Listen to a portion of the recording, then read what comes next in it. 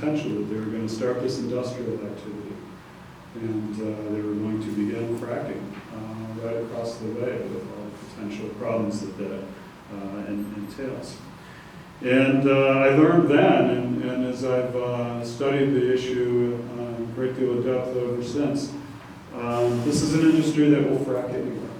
They will frack next to schools, they will frack next to homes and neighborhoods, hospitals, churches, wherever you can think of. I have a report here that documents across the nation where the industry will set up its drilling operations and out close to various public and private places that they will do their activities.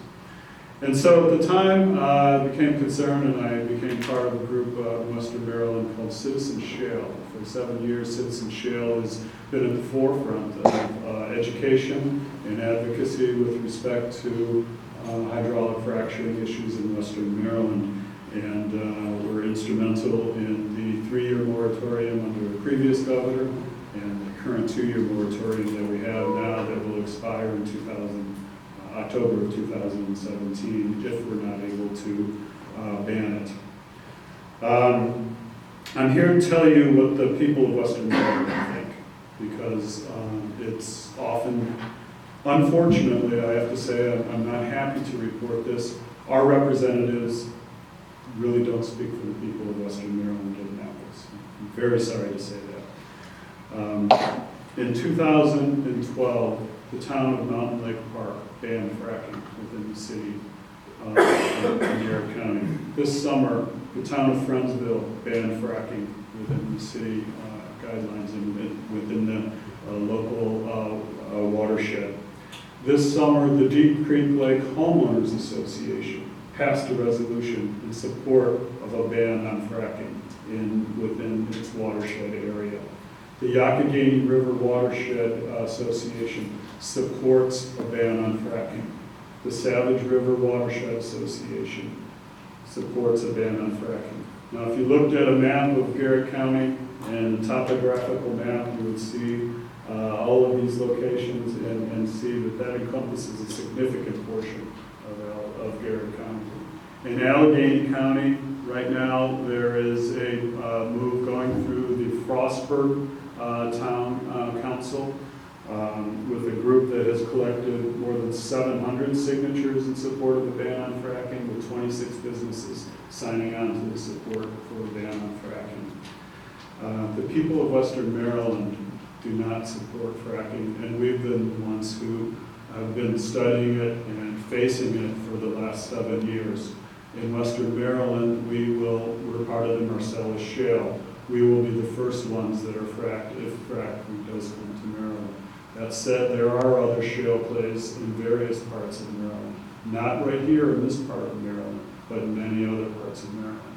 So with that in mind, and with what other people have been mentioning is with regard to the infrastructure that surrounds natural gas development and the problems that can occur as a result of that, we now have towns in all corners of Maryland who are looking into this and finding out what the potential harm is versus the relatively little gain that it gives us in terms of tax benefits and employment opportunities. And all around the state of Maryland, in counties and cities, people are passing bans on fracking or resolutions to support the state of Maryland in what will be coming up in the next legislative session, which is a big movement to move through the Senate and the House to ban fracking in Maryland. And I ask you to support us, and thank you for the time. Thank you. Thank you.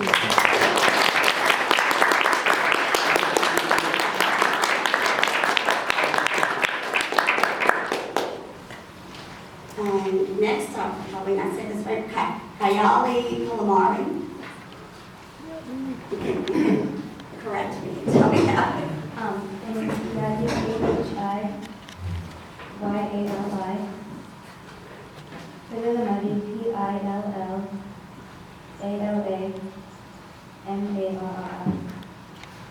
And I live at 712 South Shamrock Road.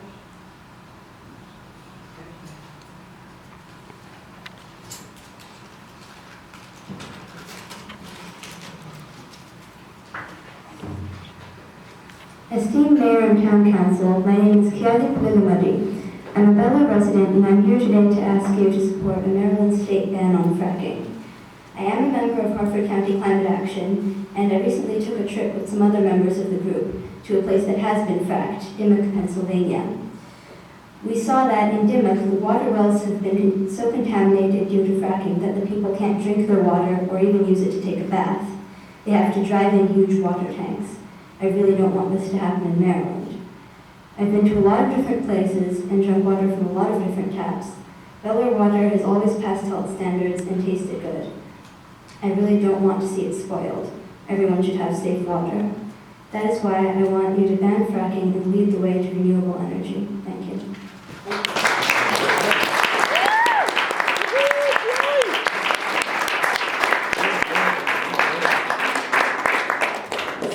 Businsky.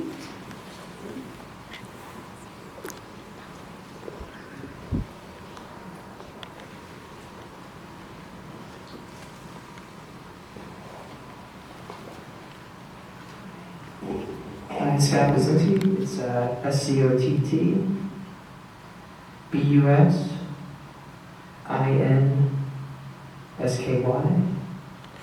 I live at 1406 Cherokee Lane, Bel Air 21015.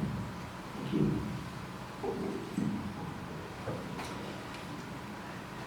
Good evening. I'd like to thank the Bel Air Board of Town Commissioners for allowing me to speak this evening.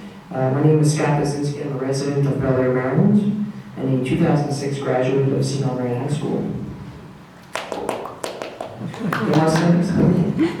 According to Gallup polling, in 2015, 40% of the polling sample were in opposition to fracking.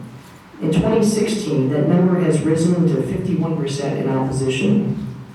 It is worth noting that according to these same polling statistics, Republicans held a 66% favorable rating in 2015, but now in 2016, Republicans hold a 55% favorable rating.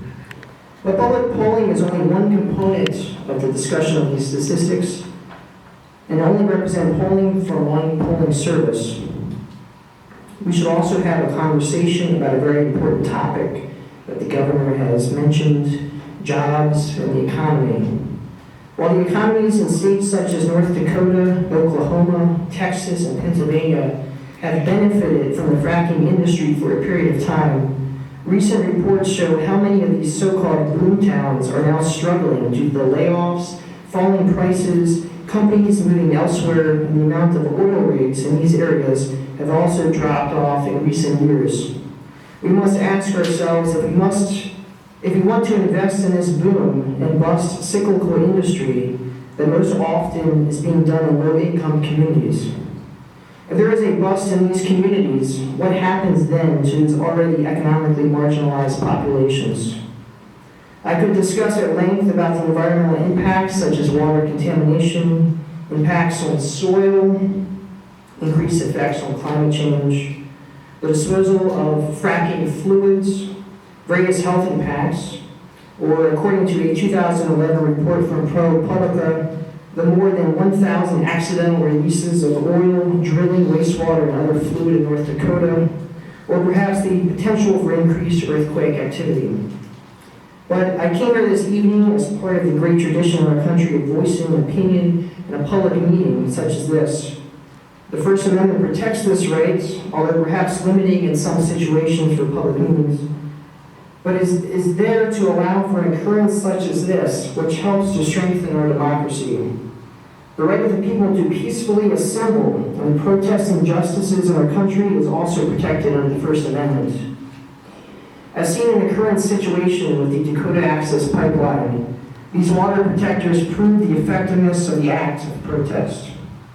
In my experience, there are some people who automatically dismiss the act of protest and question why, or offer up belittling terms about protesters. It's also my experience, these are the very same people that Desmond Tutu may be referring to in his famous quote, "You are neutral in situations of injustice, you have chosen the side of the oppressor."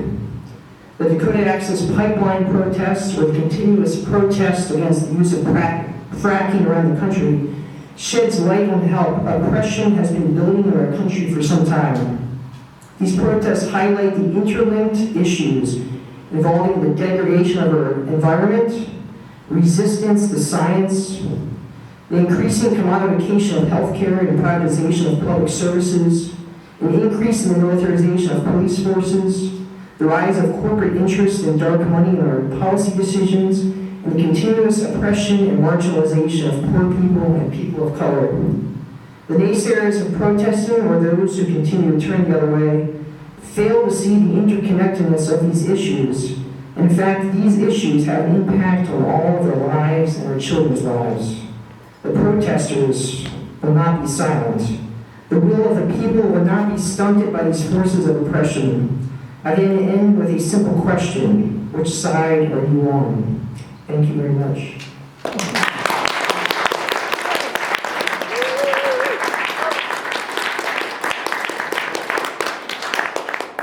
Allison Kenny